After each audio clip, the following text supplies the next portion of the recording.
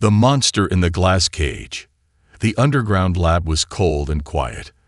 The air smelled like metal and chemicals. Long, dark halls stretched in every direction, and bright white lights covered the ceiling like stars. Every footstep echoed loudly, making the silence feel even heavier. Dr. Adam Walker stood at the entrance of the restricted area, holding his tablet tightly. His hands were cold, but it was not from the temperature. It was from fear. He had heard the stories. The stories everyone whispered in this place. The stories about her. They called her the monster in the glass cage. The guard standing near the heavy steel door refused to look at the glass room inside. One guard, a tall man with a scar on his cheek, noticed Adam standing there. "You are the new scientist, right?" the guard asked, his voice low and serious. Adam nodded. The guard shook his head. "Then listen carefully. Do your job. Take your notes, but do not go close to the glass. Do not touch it. Do not look into her eyes for too long. And never, never think she is like us." Adam's heart beat faster, but he gave a small smile. "I'll be careful," he said. The door slid open with a loud metallic sound. The room inside was brighter than Adam expected. Pure white walls, smooth silver floor, and in the center, a large glass cage. The glass was thick, covered in small cracks, like it had been hit many times. The cage stood tall, almost reaching the ceiling, with bright lights shining down from above. Inside the glass stood her. The creature was tall, much taller than any human. Her skin was dark gray, almost black, smooth like metal, but with soft curves like a human body. Her eyes glowed red, bright and dangerous, like fire trapped inside her skull. Her fingers were long, ending in sharp black claws. Chains hung from her wrists, even though there was nowhere to tie them. She stood perfectly still, facing the glass. Her head was slightly down, her long black hair falling over her face. She was silent, but the air around her felt heavy, like something invisible was pressing against the walls. Adam stepped closer, his shoes making soft sounds on the floor.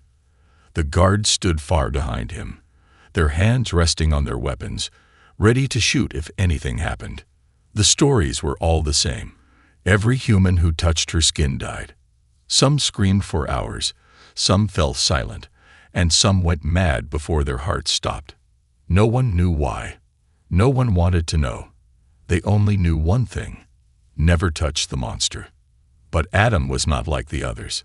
He did not believe in monsters. Every creature, no matter how strange, had a reason for what they did. Every action, every scream, every silence. It all came from somewhere. He raised his tablet, taking notes.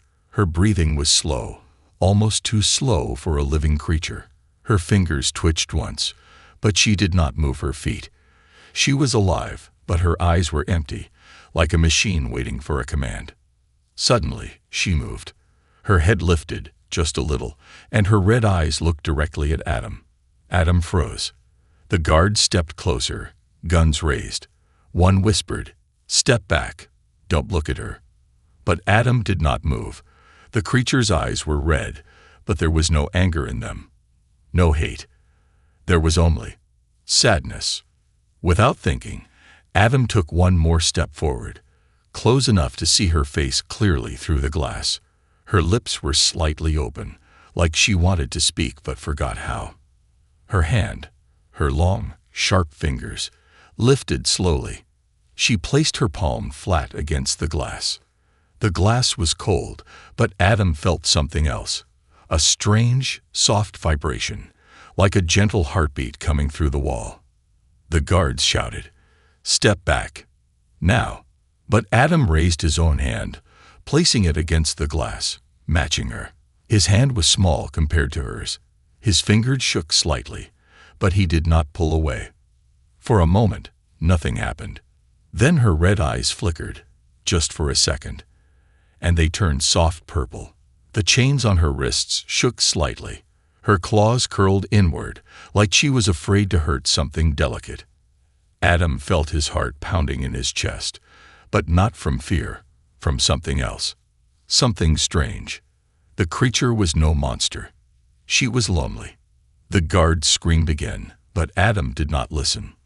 For the first time, someone had touched her, even through the glass, and she did not kill. For the first time, she was not alone. The first touch. The heavy steel doors slid shut behind Dr. Adam Walker, leaving him alone in the observation chamber. The guards refused to stay any longer. They watched from security cameras now, ready to seal the room if anything went wrong. No one wanted to be near her, not even for a second. Adam stood just a few feet away from the glass cage. His palm still tingled from where he had pressed it against the cold surface, right where her hand had rested.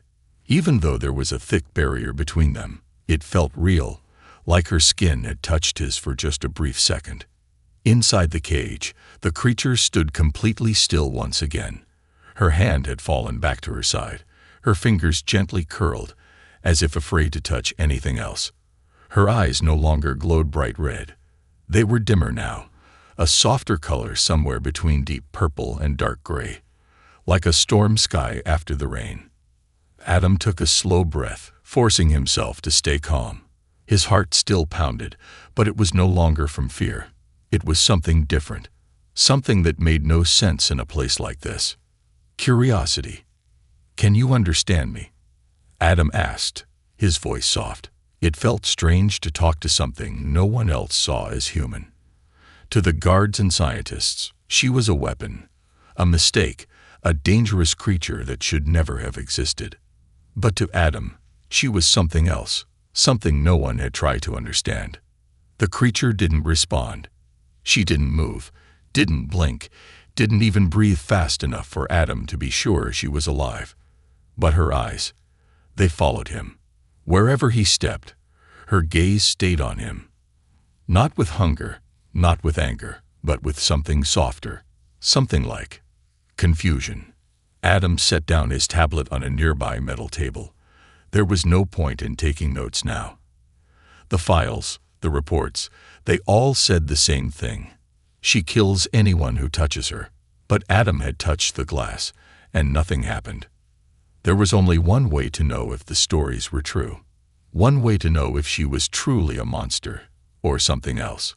His hand shook slightly as he reached for the manual override panel on the wall. This was the only way to enter her cage.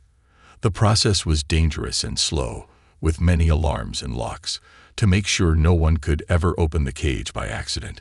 The system wasn't designed to protect her. It was designed to protect humans. He typed in his access code. Access is DNID. Adam frowned. The system required special clearance to enter her cell. Clearance he didn't have. Only top military officials and lead scientists were allowed inside, and none of them had ever come out alive. He looked up at the security camera in the corner. The small red light blinked, showing someone was watching him. Adam stepped closer to the glass. "If you're listening," he said softly, "I'm not here to hurt you." The creature's head tilted slightly. It was the first sign of movement she had shown since he arrived. Her eyes narrowed, but not in anger, more like confusion, like someone hearing words they never expected. Adam rested both his hands flat against the glass again.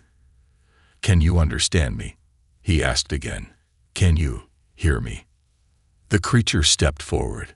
Her bare feet made no sound on the smooth metal floor, her body moving with a strange grace, like she was floating more than walking. Every step she took sent a shiver down Adam's spine, not from fear, but from the feeling that something ancient, something powerful, stood only inches away. Her hand rose again. Slowly, carefully, she placed her palm against the glass, her long fingers almost matching Adam's. Then, something incredible happened. The glass flickered, just for a second, like a glitch in reality. Adam felt a sudden warmth in his palm, and for the briefest moment, it was no longer glass between them. It was her hand. Soft, cold, but very real. Adam gasped and pulled back. The warmth disappeared instantly, leaving only the cold glass again. The creature didn't move, but her eyes, her strange, beautiful eyes were wider now. She looked surprised. "Do you understand me?" Adam asked again, his voice barely above a whisper. Her lips parted slightly. It was clear she hadn't spoken for a long, long time. Her throat trembled, and at first there was no sound, just dry air passing through. Then, in a voice so soft it was almost a breath, she spoke her first word. "Help." Adam's heart nearly stopped.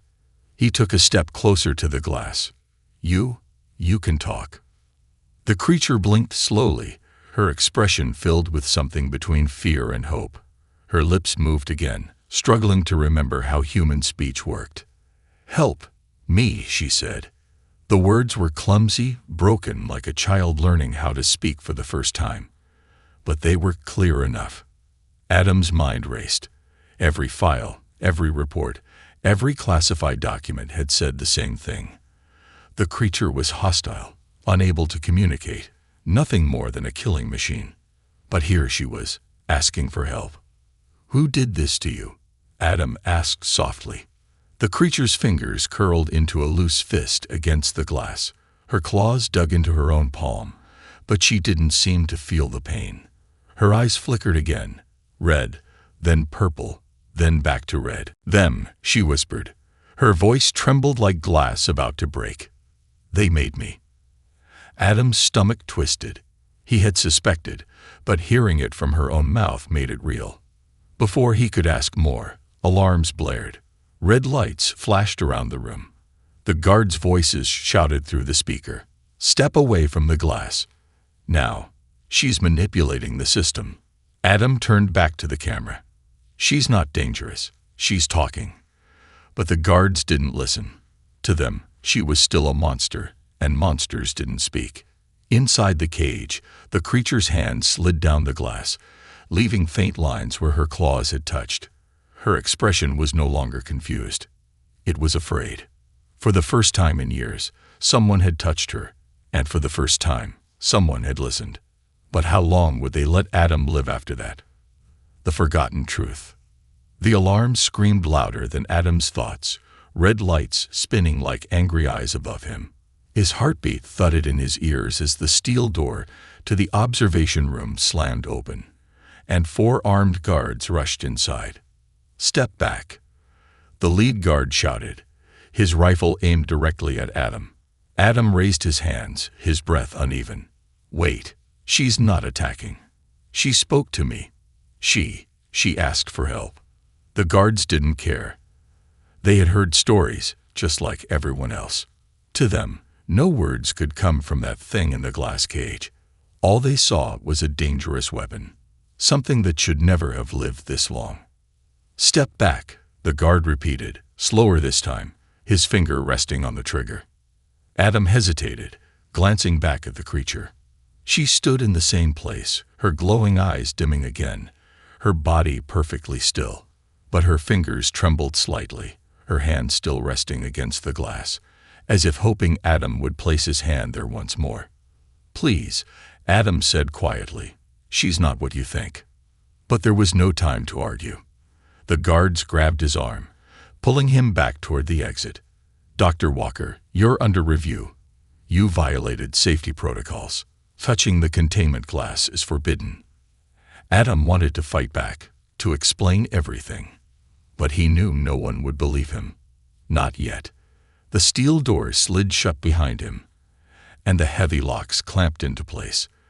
The last thing Adam saw before the door closed was her face, her strange, sorrowful face, watching him leave. They locked Adam in a small debriefing room, a plain space with white walls, a metal table, and a single chair. The only sound was the low hum of air vents.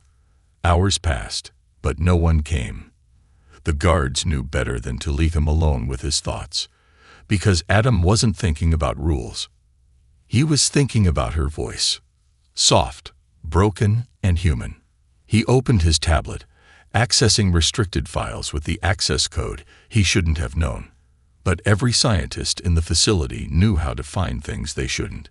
Hidden files, old project logs, and sealed records. Adam's fingers flew across the screen, searching for anything about her, the creature they only called Subject 07. The files were damaged, filled with corrupted data and blacked-out paragraphs, but fragments remained. They were enough to paint a terrible picture. Project Genesis, Human Evolution Through Alien Integration. The first page made Adam's stomach twist. Human evolution. He had heard rumors about these secret programs, attempts to merge human bodies with alien technology after the First Contact War. The war that humanity barely survived. The documents explained how the military recovered pieces of alien biotechnology, living metal, and organic systems that could merge with human cells. They believed this technology could create perfect soldiers, faster, stronger, almost impossible to kill. But the experiments always failed. The human body rejected the alien tech. Skin melted, bones shattered, minds collapsed under the pressure of the second consciousness living inside them. Until Subject 07. She wasn't born an alien. She was born a human girl. Adam's hands shook as he read the name. Sarah Evans, age 17, reported missing from Colony Station Delta after a surprise alien attack. She was presumed dead, but the military found her body, still breathing, barely alive, trapped inside alien wreckage. They didn't save her. They used her. Piece by piece, they replaced her body with alien technology. Metal bones, synthetic muscles, skin made from liquid armor. Her mind was changed too, connected to the alien systems, forced to hold memories that weren't her own. The girl they found was gone. In her place stood something new, something not fully human, but not fully alien either. A hybrid weapon. Adam swallowed hard, scrolling further. Every human who touched her triggered something inside her mind, a reflex buried deep in her new system. Touch woke up the alien memories inside her, and those memories flooded into the mind of the person who touched her. The memories were too much for a human brain to handle. They were images of war, destruction, the pain of 1,000 alien deaths, all forced into one mind at once. Most humans couldn't survive it. Their hearts stopped, their minds broke, or they went insane. It wasn't Sarah killing them. It was her memories. She wasn't a monster. She was a prisoner inside her own mind. Adam's stomach turned as the final file loaded. A video log, grainy and damaged. It showed a girl strapped to a table, her arms locked in heavy metal restraints. Her skin was soft, human, with only a few patches of dark alien metal covering her face and neck. Her eyes were wide, confused, and full of tears. The scientists in the video spoke to each other, not to her. She's the only stable subject so far. Her human memories are fighting the alien systems. She's resisting. She won't resist for long. The alien side will take over eventually. The human mind is too weak.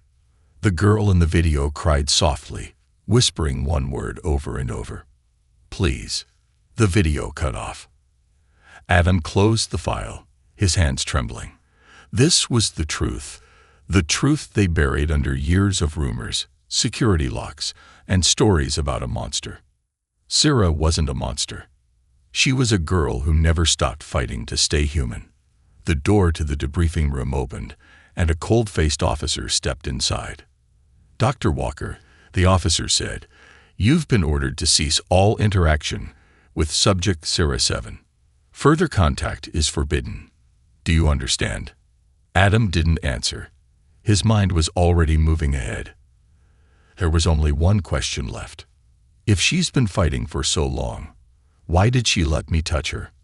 The answer was clear, because she remembered what it felt like to be human. And maybe, just maybe, she saw a piece of that humanity in him. Adam looked up at the officer and spoke calmly, "I understand." But in his mind, one decision was already made. He would go back to her. And this time, he would not leave until he brought the truth. And Sarah out of this place, even if it killed him. The human experiment. Adam couldn't sleep. The small bunk in his room felt harder than usual. the ceiling lights flickering faintly above him. The air inside the underground facility always smelled stale, recycled too many times. But tonight, it felt heavier, like it carried the weight of secrets no one wanted to speak. His tablet sat on his chest, the final lines of Cirrus files still glowing on the screen. The words burned into his mind. Subject Cirrus 7.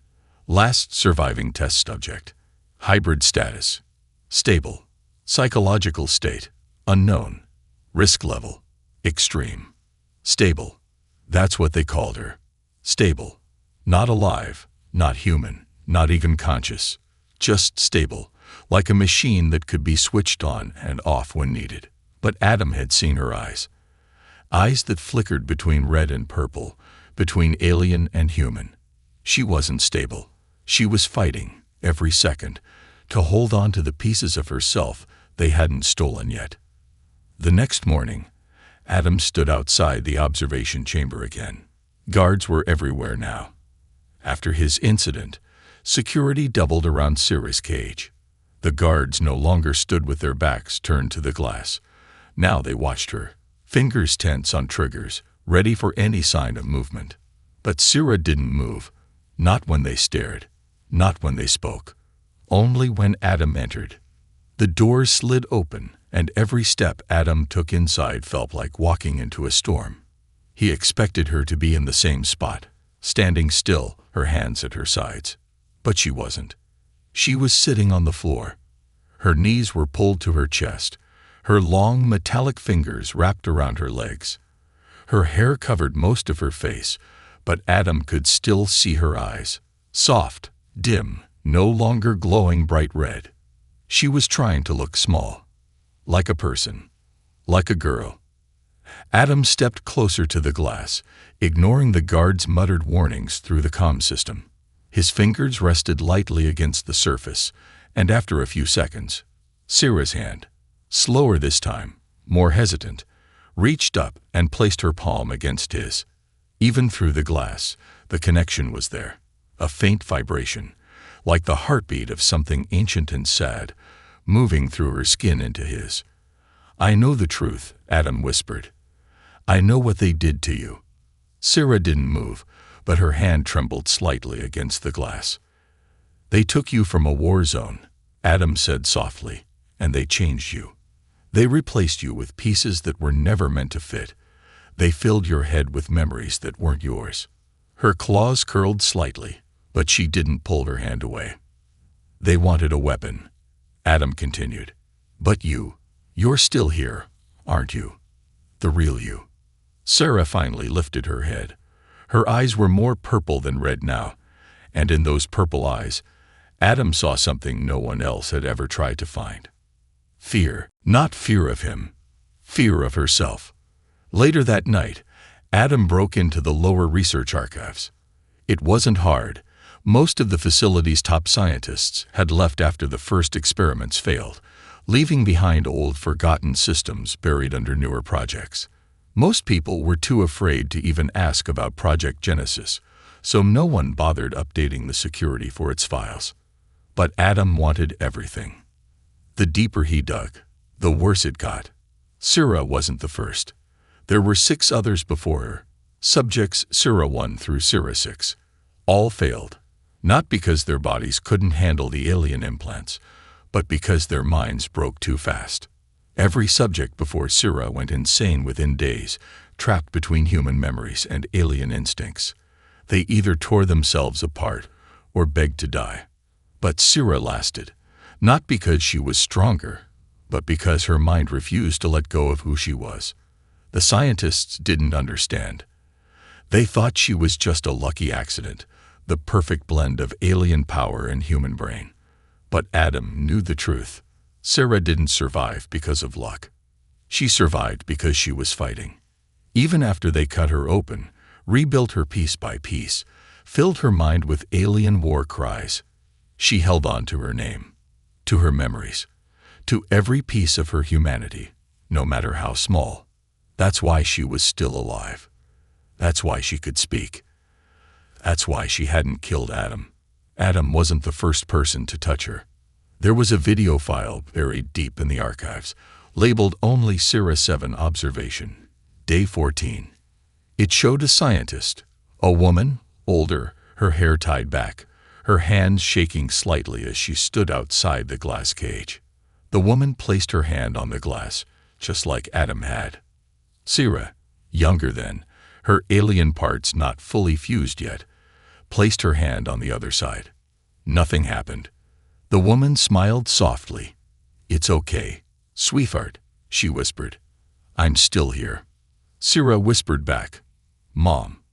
The woman nodded, tears in her eyes. "I love you, baby." Then the alarm screamed. Guards rushed in, dragged the woman away. She didn't resist. She only kept her eyes on Sierra, whispering, "I love you," over and over until the door closed. The file ended. Adam sat in the dark, his hands covering his mouth, his heart pounding too hard to breathe. Sierra's mother had worked here. Sierra's mother had tried to save her, and they erased her. The next day, Adam returned to the glass cage. Sierra stood again, her back straight, her eyes burning faintly red once more. The fear was still there, but something else had joined it now. Hope. Adam placed his hand against the glass, and Sierra's hand followed. "I found her," Adam whispered. "Your mother. I know what she tried to do." Sierra's hand trembled, her claws scraping softly against the glass. The sound was soft, almost a whisper. "They made me forget her," she said, her voice barely human, but still her voice. "They tried," Adam said, his voice calm but strong. "But you didn't forget. You held on." Sierra's eyes flickered purple. "Can you help me?" she asked. Adam didn't hesitate. "Yes," he said. "I promise." Behind him, the guards whispered into their radios, their fingers twitching on their weapons. But Adam didn't care. The monster in the glass cage wasn't a monster at all. She was a girl who just wanted to remember who she used to be, and Adam was going to help her, no matter what. Escape plan. The silence in the facility was heavier than ever. The guards no longer spoke much when Adam walked past. Some gave him sharp, suspicious looks. Others just stared at the floor, pretending he didn't exist. They all knew something was different. Something had shifted in the last few days. Because the monster in the glass cage was no longer silent. She was no longer a thing they could ignore. And Adam was no longer afraid. That night, Adam sat at his small desk, tablet in hand, blueprints spread across the screen. The facility was a maze. Twisting corridors, sealed doors, scanners that only opened with the right DNA or access codes. Cameras watched almost every corner. But almost wasn't good enough. There were blind spots, old vents no one repaired because the air recycling system was upgraded. Emergency access tunnels sealed years ago, but never properly destroyed. Every hidden path was a risk, but it was all they had. Sierra couldn't stay here. Not anymore. Adam's hands shook as he stared at the screen. The plan forming in his mind wasn't perfect. It wasn't even good. It was desperate. But there was no time left for careful plans. Because sooner or later, the military would stop pretending Sierra was just a research subject. They would stop calling her stable. They would turn her off, permanently. If Adam wanted to save her, they had to leave tonight. The first step was the hardest, getting inside her cage. Not the observation room, not the glass wall, but inside the sealed containment cell where Sierra stood every day, silent and waiting. Only Level 1 command clearance could open that door. Adam had Level 3, scientific access, not military. But Adam knew how this facility worked. It wasn't just about codes. Every door also had an emergency override in case of system failures. Most scientists didn't even know about them. But Adam wasn't most scientists. At exactly 2:14 a.m., when the guards changed shifts, Adam walked silently into the observation room. The cameras were still watching, but only the upper half of the room. The lower corner, near the base of the glass cage, was a blind spot, an old design flaw never fixed. Adam knelt quietly in that corner, his fingers working fast on the small hidden panel under the floor grate. Wires sparked softly under his touch, the emergency lock blinking red as it resisted his command. "Come on," Adam whispered. "Please." The light flickered. Then it turned green. The glass panel on Syrah's cage slid open with a soft hiss, the first time it had opened in years. Inside the cage, Syrah stood perfectly still. Her eyes were dim, her face calm, but Adam saw the tension in her shoulders, the way her hands curled slightly, her claws ready to defend herself if needed. She expected soldiers, but it was only Adam. He stepped inside, the glass closing quietly behind him. For the first time, they were in the same space. No glass, no walls, nothing between them but the cold air. Syrah didn't move. She only watched him. Adam took a slow step closer. "I'm here to get you out," he whispered. Her fingers twitched. "Out?" Her voice was soft, uncertain, like the word itself was foreign. Adam nodded. "Yes, I found a way." Syrah's eyes flickered purple. "Why?" Adam swallowed the lump in his throat. There were 1,000 answers. None of them felt enough. "Because you deserve more than this," he said. "Because you're not a monster." Her expression didn't change, but her eyes softened just a little. "Do you trust me?" Adam asked quietly. Syrah hesitated. Then she raised her hand, not in fear, not as a weapon, but slowly, carefully, like someone reaching out into the dark. Adam took her hand gently. Her skin was cold and smooth, her claws sharp but careful against his fingers. She didn't pull away. "Yes," she whispered. The escape wasn't quiet. The moment the external locks on Syrah's cage disengaged, the system triggered an automatic alarm. Red lights flashed. Doors sealed across the entire wing. Metal shutters slammed down over every hallway exit. The guards were fast. But Syrah was faster. The first soldier raised his weapon. But before he could aim, Syrah moved. She didn't touch him. She didn't have to.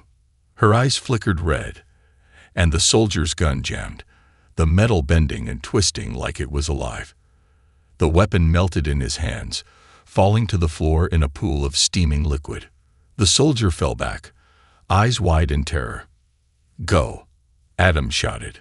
Syrah hesitated for only a second before grabbing Adam's wrist and running. They moved through the dark halls like shadows. Adam's map burned in his mind, every twist and turn memorized. Syrah's steps were completely silent. Her bare feet barely touched the floor. Even though she was taller, stronger, she followed Adam's lead without question. Guards blocked every major door, but Syrah didn't fight them. She simply moved the walls. Wherever her fingers touched, the metal rippled, shifting like liquid, creating new openings, doorways only they could pass through. It was alien technology fused into her body, obeying her will, but without the hate or violence the military expected from her. She wasn't a weapon. She was a survivor. They reached the old service tunnels, a forgotten part of the facility, too damaged and unstable to be used. The air was thick with dust, and the walls were cracked, but no cameras watched here. No guards patrolled. It was the only path out. Syrah stopped suddenly, her hand tightening around Adam's wrist. "What is it?" Adam whispered, her head tilted slightly, her eyes narrowing. "They are coming," she said softly. Adam's stomach dropped. "How many?" Syrah's eyes flashed red for only a second, and her answer was cold. "All of them." The military wasn't stupid. They knew the risk of keeping her alive. The moment they realized Adam was helping her, they sent everything. Armed drones, shock troops, even automated gun turrets hidden in the walls. They weren't coming to capture her. They were coming to erase her. "Can you stop them?" Adam asked, voice shaking. Syrah didn't answer right away. Then she did something Adam never expected. She smiled, just a little. "Together," she said. Adam's fear faded, just for a moment. Together, he agreed. They ran again, hand in hand, into the dark. And behind them, the whole facility shook. Sarah was no longer just the monster in the glass cage. She was free, and nothing would ever put her back. Monster vs. humanity. The air outside the facility was cold, sharp, and unfamiliar. Sarah stood at the edge of the forest, her bare feet sinking into soft dirt for the first time in years. The sky above was endless black, filled with stars that felt too far away to be real. The wind carried strange smells. Earth, water, something sweet she couldn't name. For a moment, she didn't move. This was freedom. This was the world outside her glass prison. Adam stood beside her, breathing hard, his hands on his knees. They had run for miles, moving through hidden tunnels, crawling through collapsed sections, dodging drones and soldiers at every corner. But somehow, they had made it. The facility was far behind them now, buried under thick trees and silent darkness. "We're out," Adam whispered, his voice half disbelief, half relief. "We're really out." Sarah didn't answer. Her eyes were wide, taking in everything. The sky, the ground, the strange shapes of trees swaying in the wind. Her fingers curled and uncurled, unsure of what to do when they weren't pressed against cold glass. Freedom felt too big. They didn't stop moving. Adam knew the military wouldn't give up that easily. Sarah wasn't just some experiment. She was classified property, a billion-dollar hybrid weapon that could change everything. Losing her wasn't an option. They would hunt her, and they would hunt him for helping her. But Adam didn't care. They walked through the night, Sarah moving silently beside him. Her long hair blew across her face, half covering the faint glow of her eyes. Her skin, smooth and dark like polished metal, reflected the moonlight in soft, silvery streaks. She didn't belong here, not in the forest, not under the sky. But at the same time, she belonged more than anyone Adam had ever known. She was alive. After everything they did to her, she was still here. That was enough. By morning, they reached the edge of a small town. It was quiet, still asleep, the streets empty except for a few early workers starting their day. Sarah stayed behind the trees, her body half hidden in the shadows. Adam could see the tension in her shoulders, the way her fingers twitched every time a noise echoed from the town. "They will be afraid," she said softly. Adam turned to her. Not everyone. Sarah didn't believe that. Adam could see it in her eyes. The years of fear, the pain of being seen only as a weapon, a monster, something to be locked away or destroyed. "How do you know?" she asked. Adam didn't have an answer, because part of him wasn't sure either. They needed supplies, food, clothes, something to hide Sarah's unusual body. Adam left her in the forest, promising to come back quickly. Sarah stayed completely still, blending into the shadows like part of the earth itself. Her alien body knew how to hide. A survival instinct she didn't even remember learning. But the world had already changed. As Adam walked into town, his tablet vibrated in his pocket. A global alert flashed across the screen. Emergency bodo AR. Ing. Escaped we upon. Sierra 7. Extremely dangerous. Do not APPR. Weishi. REPORT. All sightings immediately. They had made her face public. They had turned her into a monster for the whole world to see. Adam's hands shook slightly as he bought clothes, food, and a medical kit from a small general store. The cashier glanced at him suspiciously, her eyes flicking to the alert playing on the store's old TV screen.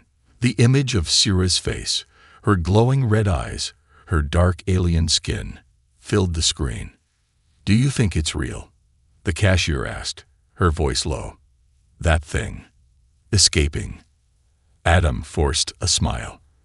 "I'm sure it's just some glitch," he lied. "Old tech going wrong." The woman didn't look convinced.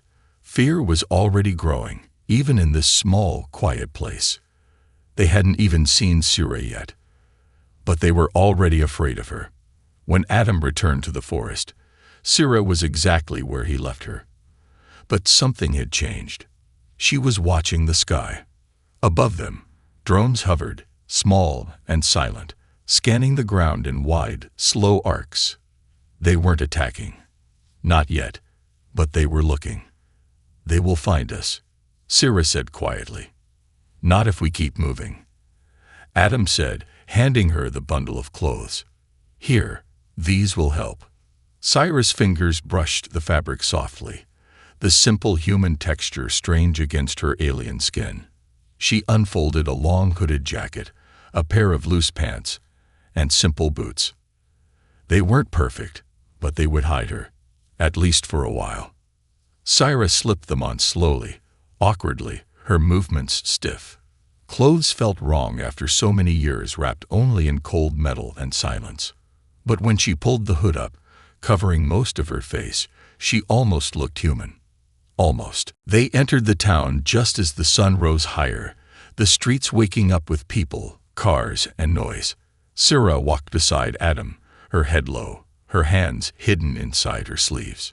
She moved like a ghost, silent, too graceful for someone her size. Her presence felt wrong, like the space around her bent slightly under the weight of what she was. People noticed. Not directly.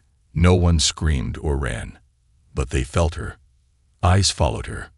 Whispers started. "Who's that? Is she sick? Did you see her eyes?" Fear moved faster than truth.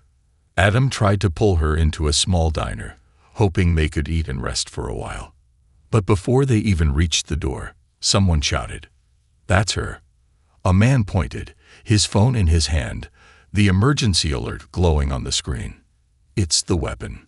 The monster. She's here." Sira froze. The crowd reacted instantly. Some ran, some shouted, others fumbled with their phones, trying to record or call the authorities. Adam grabbed her hand. "Run." They sprinted down the street, weaving between cars and startled bystanders. Sira's speed was terrifying. Even with her strength held back, she moved like liquid shadow, her feet barely touching the ground. But no matter how fast they ran, fear ran faster. By the time they reached the forest again, helicopters were circling overhead. News drones hovered at the edge of the trees, cameras zooming in, trying to catch a glimpse of the escaped monster. Sira stopped running.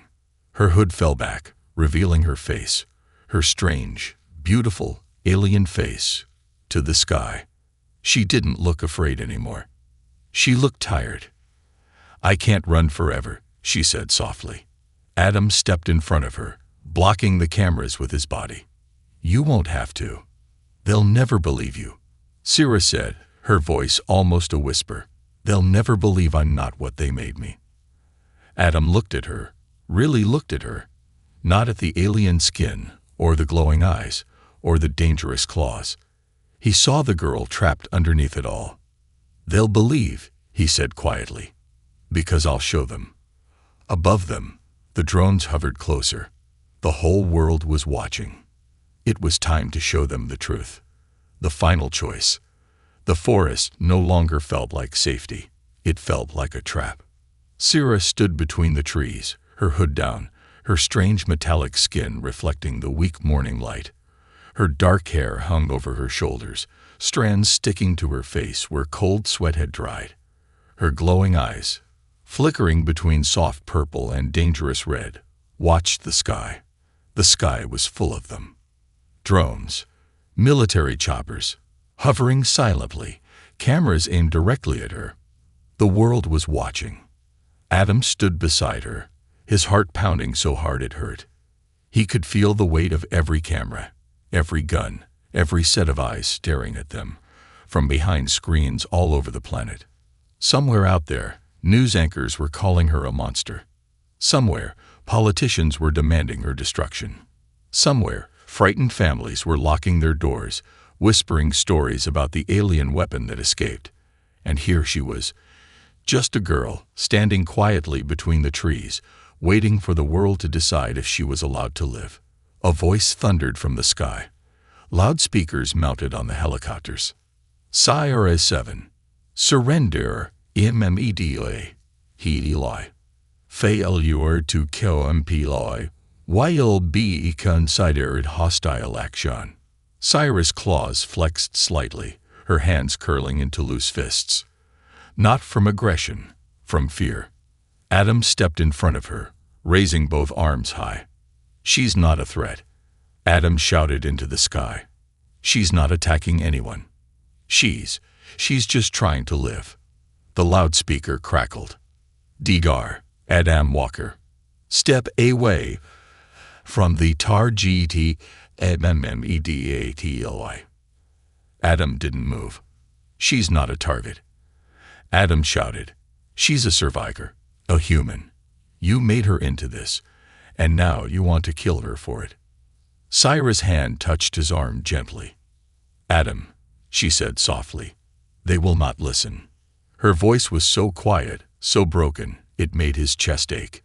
Then we make them listen, Adam said, his voice shaking with anger. We show them what you are, what you really are. Sira tilted her head slightly. What am I? She asked. Adam looked at her, really looked at her. Not the alien skin, or the sharp claws, or the glowing eyes. He saw her, the girl who fought to stay human, the girl who whispered, "Help me," through glass, the girl who was never meant to survive, but did. You're Sira, Adam said. You're not a monster. You're not a weapon. You're a person. Sira's eyes softened, the red fading back into gentle purple. Then why do they fear me? Adam swallowed hard. Because they don't know you. The first bullet hit the tree beside them. Bark exploded outward, showering Sira with splinters. Adam grabbed her wrist, pulling her back deeper into the trees, but she didn't run. She stood still. The world would never know her if all they saw was her running away. She raised her hands. Empty hands, no claws, no weapons, just hands. I do not want to fight, she said softly, but her voice carried, not through loudspeakers, not through technology, but through the same alien systems built into her body. Her words rippled into the sky, into the cameras, into the broadcast feeds across the world. I do not want to kill, she said. The world heard her. On the ground, soldiers moved in, forming a half circle around her and Adam. Black armor, visors down, fingers tense on triggers. They had trained for this, the monster escape scenario. No one had told them the monster might talk. She's not resisting, Adam shouted. You can't shoot someone who isn't resisting. The squad leader's voice came through a helmet speaker. She's not someone. Adam took a step forward, spreading his arms wide, shielding Sira with his body. Then shoot me first, he shouted. If you really believe she's just a thing, then why do you need to hide behind guns? If you really think she's not human, why are you so afraid of her voice? The soldiers hesitated. They were waiting for orders. But the orders didn't come. Because the whole world was watching now. Not just soldiers and scientists, but ordinary people. Mothers, fathers, children, students, workers. Everyone with a screen saw Sira's face, her hands raised, her eyes soft and afraid, not burning with hate. And for the first time, the world saw the truth. She wasn't a monster. She was a girl who had survived hell.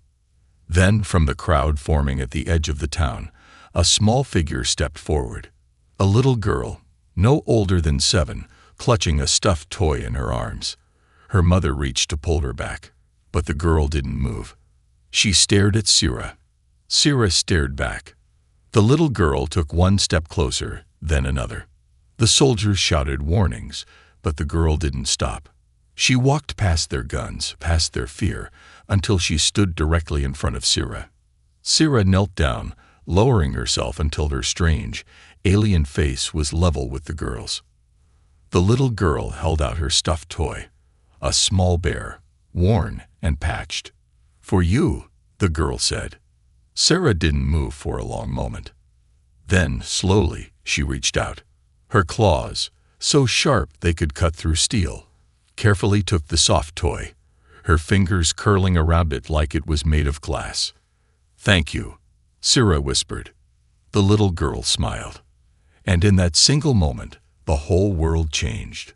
The soldiers lowered their guns. The drones backed away. The helicopters hovered in silence. The world had seen a monster hold a teddy bear, and suddenly she wasn't a monster anymore. She was a girl who had been hurt, and who didn't want to hurt anyone else. The official orders never came. Somewhere, deep in military command, someone chose silence over slaughter. There would be no attack today. The soldiers pulled back, the cameras went dark, and the world was left with a single image. A girl, kneeling in the dirt, holding a small toy in her alien hands, her strange purple eyes filled with tears. Sarah stood slowly, the toy still in her hands. "What happens now?" she asked softly. Adam's voice shook, but he smiled. "Now," he said, "we write a new story." For the first time, Sarah smiled back. And together, they walked into a future neither of them could see, but one they were no longer afraid to face. Because the world had finally seen the truth. Not a monster, not a weapon, but a girl, a survivor. And for the first time, humanity had dared to hope.